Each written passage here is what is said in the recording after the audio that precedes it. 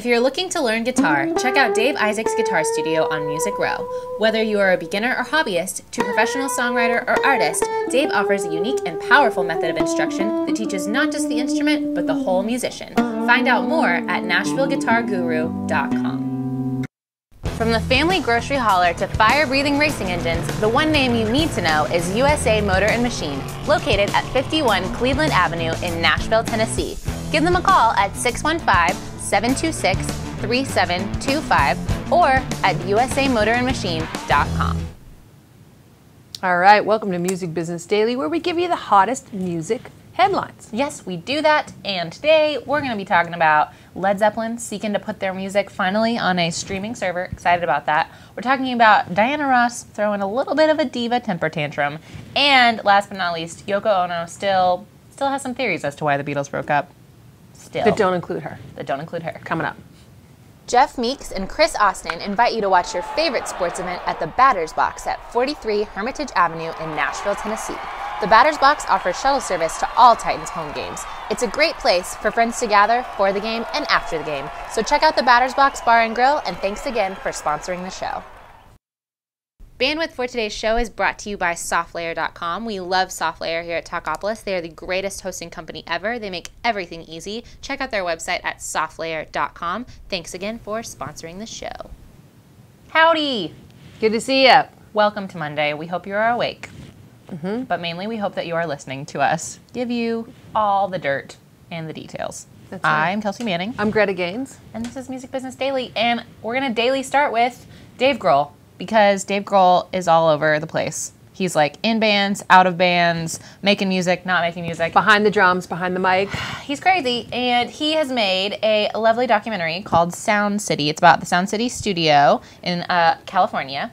And so he's releasing this at the Sundance Film Festival. And so now he basically was like, hey, all my best friends, including John Fogerty, Stevie Nicks, Cheap Trick, come play the release. So now they've turned into his film release into this huge concert. Such a good idea, Dave. It is. So it's called, they're the Sound City Players, because all people that have been involved in Sound City. So basically, if you're in Utah at any point around then, you'll probably be able to hear it from miles away. That's in a couple weeks. That's like the third week of January, right? Yes, in January Utah. 18th. Okay. And so it's also going to have, Nirvana bassist Chris Novoselic, Cheap Trick, Foo Fighters, basically Rick Springfield's going to be there. A little bit of Rage Against the Machine, a little bit of Slipknot. So something for everyone.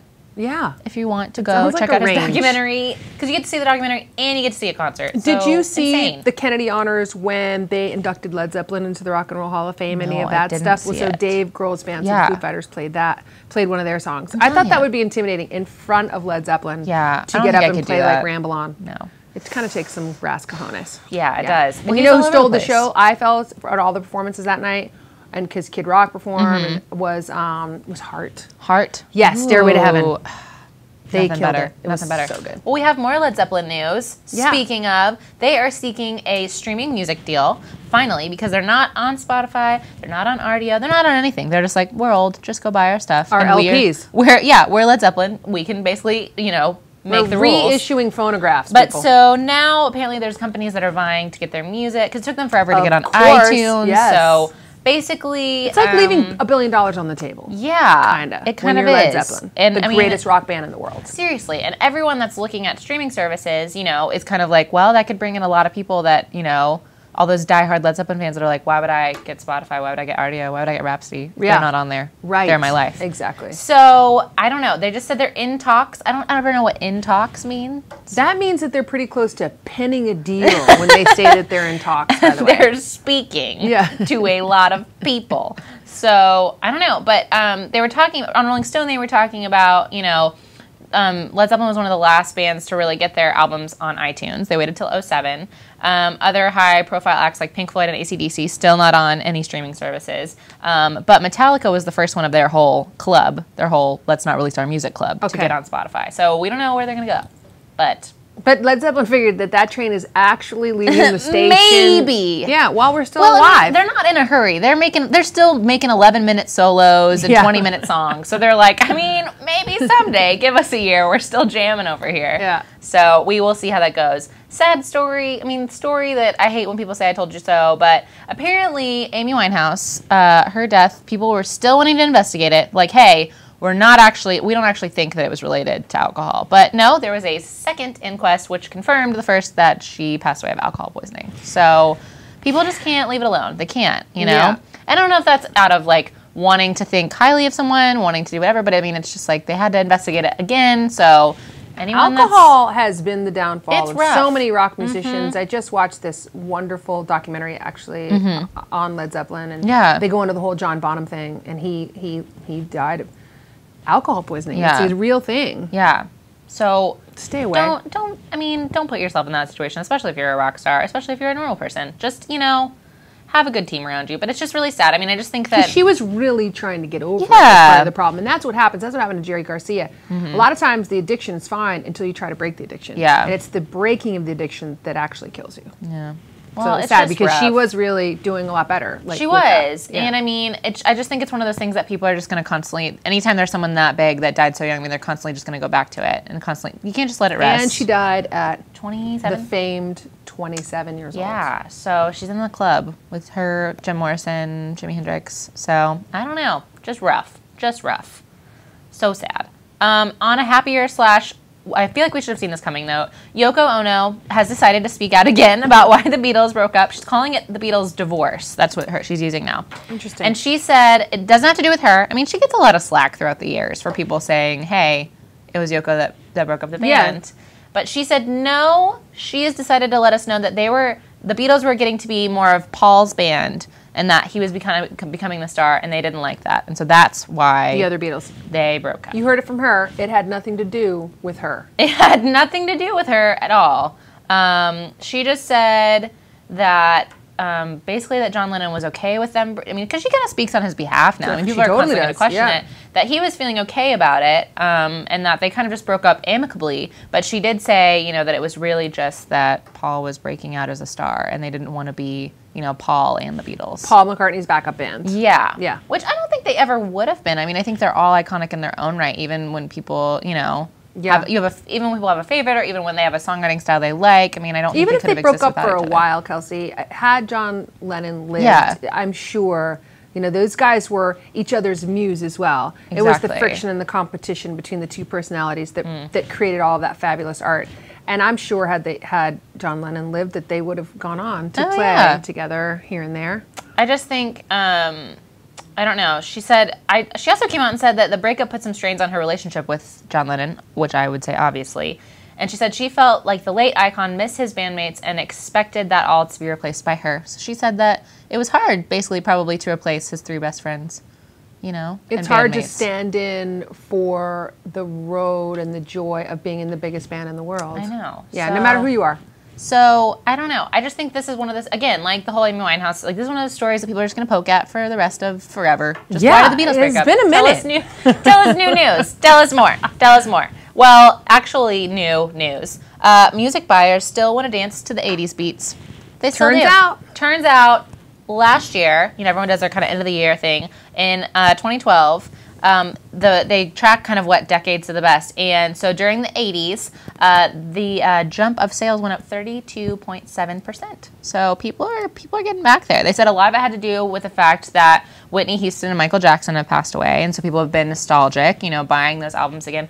But also music from the songs from the 2000s are down. So people are buying a lot more 80s music. 80s they're back. They're back. It was terrible to live through it at the time, but maybe there is some good stuff. It turns out. And now everyone's kind of getting to the point where it's been a little while, so everyone's getting nostalgic about it. And they're using it, as some of the bass beats and stuff like that for recreating new music, definitely, and hip-hop and stuff like that. I just think it'll always be, a decade that's really notable, and I think that. I don't know. I think that people are constantly going to steal from the 80s. Well, it was a really heavily produced era. Yeah. So I think people, when you go back and listen to and there's also some great songwriting. It was kind of the beginning of that heavy production. Yeah. And some of those songs, but I think it's mostly nostalgia. I think now the people who were raised in the 80s are at the point in their lives where they're beginning to be nostalgic. Yeah. Yeah. Well, if you bought any 80s music last year, you helped it grow. So congrats on that. That was all you. You do you. And the last story of the day of the Diana, as I was going to say, because she is a diva, Diana Ross, no stranger to being, you know, the biggest deal ever, threw a fit in a restaurant because she was told there was going to be a wait time.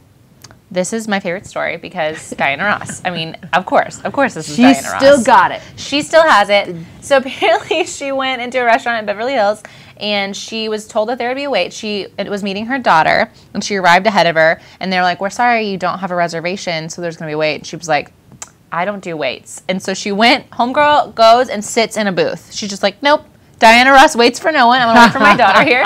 She went inside a booth and they had to come talk to her, and basically her daughter finally got there and then they didn't even get a table. They just both stormed out. Really? So the restaurant did say that, or their owner said, I'm sorry that Miss Ross had a problem with our restaurant and she feels that the rules didn't apply to her. Our policy is that we don't sit in complete parties, and if people jump the line, we don't serve them. And she was told that. But Diana Ross has no time for rules. She's never followed the rules. What have the rules ever done for Diana Ross? Nothing. Nothing at all. No. So I say my lesson for the day is take a cue from Diana Ross, and if you want to go sit in that booth, you go sit in that booth, and you wait for someone to tell you no. Yeah, or just start going to unpopular restaurants. Where there's not a wait. Yeah, where there's not a wait. Because she probably went to the trendiest stuff in Beverly Hills and stomped to the front of the line, and she's like, diva alert. I also like, my favorite thing is just the quote, or it's not even a quote, it's just the line at the end of the article that just said, a rep for Ross had no comment on the incident. We're not going to make comments on that. Of Diana course Ross it happens. Is Diana Ross. There's no comment on that. She just stormed in. Her hair's looking so fabulous. I'm going to try that this weekend. I'm going to try a Diana Ross at at Urban Grub. You should. See how it works. Walk in yeah. without your incomplete party and just sit in your booth. Yeah. Wherever I am is a complete party, by the way. This is all a party That's right here. Right. This is a whole party. You complete me. So look out, restaurants of Nashville and beyond, because it's going down. It is. But you, definitely, you people at home, people wherever you are, are you on a subway? Do we have subways here? No, no subways in a subway restaurant. Yeah, no, we're not in Tokyo or Manhattan. Not we're yet. In Nashville. You never know. We're in a hip little city. We're in a hip little city. Well, you should check us out at facebook.com/Talkopolis to learn more about our hip little city and how we do this whole operation. You can download our app if you're feeling friendly. Mm-hmm. Absolutely. I've used that before, but it's good. It's like it the first time. It's better this time. We've had it marinate in our minds. You know, and if you want to pull a Diana Ross stunt, you should tell us about it on Twitter at Talkopolis, because we would love to support you in your being a diva, unless it's illegal. We would love to host your incomplete party. We would. We'll show up for you, because that's what we do here at Music Business Daily. But have a great Monday. We'll catch you again tomorrow with brand new stories and brand new sass and so much hair. So you're welcome. Cheers. Cheers to that. Bye. Microcasting for your city. Talkopolis.